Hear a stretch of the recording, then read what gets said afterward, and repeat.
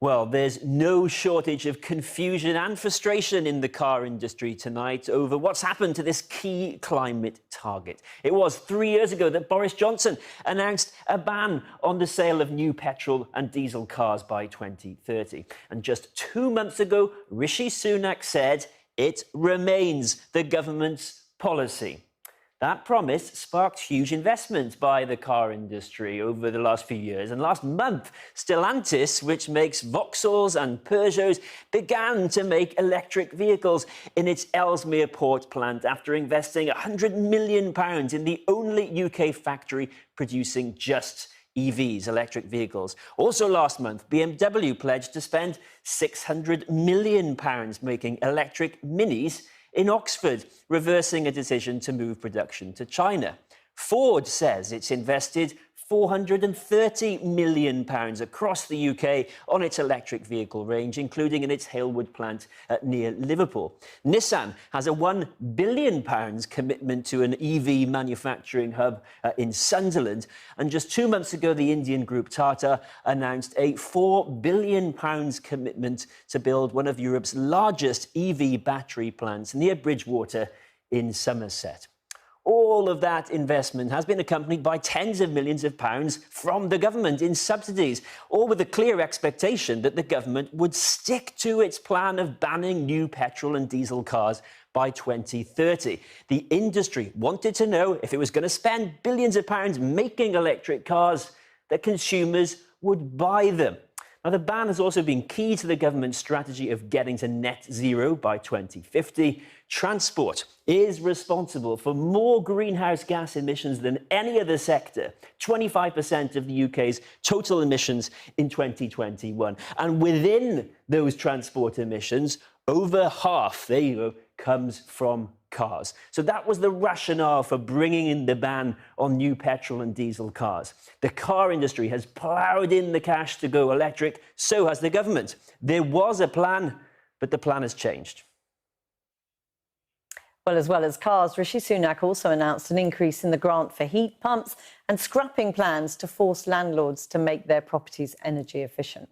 Well, joining me now from Brighton is one of the UK's leading climate activists, Michaela Loach, Conservative MP Bob Seely, and with me here in Leeds is Chris Thompson, the Managing Director of home development company Situ. Now, Chris Thompson, your company is absolutely rooted in making us greener, in heading towards net zero. What did you make of today? Well, I think for companies that are minded to make a change to net zero, I don't think this will really change them. Those companies that are purpose-led or companies that have got a strategy to be ahead of the curve.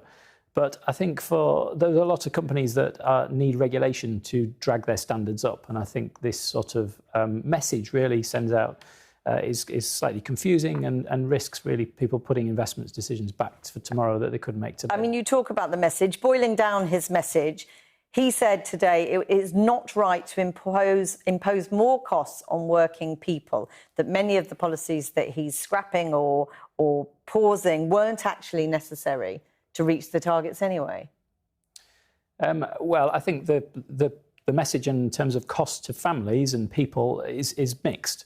So there's an increase in grants for heat pump schemes, which is welcomed. But I think some of these heat pumps are actually commercially viable today. I think companies like Octopus announced last week that they've got heat pumps that can be comparative for a typical home with gas boilers. But I think the cost for families depends on the scenario. So if you take the retrofit, pushing back retrofit of homes, that will save landlords money, but the residents, the rental people that are occupying these properties, it'll cost them more in utility bills. Michaela Loach, the Prime Minister was absolutely clear today. This is not a watering down of any commitments. We're going to reach the targets anyway. I mean, that's completely ridiculous. I think that Rishi Sunak is in denial both about the climate crisis and the cost of living crisis. These targets that we have in place, they aren't like abstract or arbitrary. They can't be massaged or relaxed. They are there so that we can ensure that we have a livable future. And by creating kind of policy that is not actually prioritising reducing people's energy bills and giving us real energy security, which means moving away from volatile oil and gas, by doing that, Rishi Sunak is sacrificing the majority of us for the profits of a very small amount of fossil fuel companies. And as we've seen, we're about to go into winter again, and already millions of households across this country have had their energy either cut off, or there are 5 million households in this country who are in debt to their energy companies. The cost of living crisis is really very serious, and instead of kind of insulating people's homes or supporting them, Sunak is instead supporting the fossil fuel industry, who already make billions. What he was saying today about that cost of living crisis is that it's just not fair right now to impose what he said was sometimes £5,000, £10,000, £15,000 on people to make these changes right now.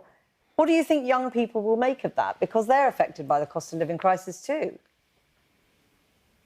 I think that young people, what we want is our energy bills to be lower in the short and long term. And if this government had instead focused on insulation, which they still seem to want to ignore, we would have had lower energy bills now. We're currently in a situation where energy bills are still double what they were 2 years ago. That's a huge amount of money. And instead of focusing on things like insulation, like what the public actually want, like the Prime Minister is currently really behind on what the public want. The public want climate policy. The public want insulation. They back these things. And instead of prioritising them, he's kind of creating these kind of false arguments that aren't really real in order to make this into a culture war that it really doesn't need to be. What's the reality is that people just want a safe home, they want a safe future, and they want to have low energy bills as well. Bob Seeley, let me bring you in here. He's enraged the environmentalists. Of course, he may not be too worried about that. He's frustrated and, in many instances, angered businesses. The car industry seems pretty apoplectic. Many in his own party are very unhappy. He's gambling a lot, isn't he, that this will go down well with voters?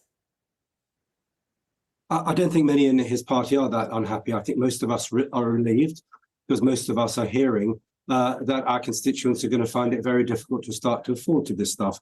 And by the way, this has got absolutely nothing to do with culture wars or any arguments of that nature. This is about understanding that we have a Prime Minister who is really keen that if we have ideas, we need to know how we're going to get there and how they're going to be paid for. And forcing people to take heat pumps and forcing people out of their cars now, when people are going to struggle, and in some areas that technology is not there yet, is not going to be productive in the long run, because you're going to alienate people. And the ULEZ, so-called ULEZ rebellion, is a good example of that, where you have a Labour mayor who claims that he's taxing Londoners for health reasons, when the evidence, the science, shows that the ULEZ charge and the purpose of ULEZ is marginal at best. I mean, and that creates cynicism in a society.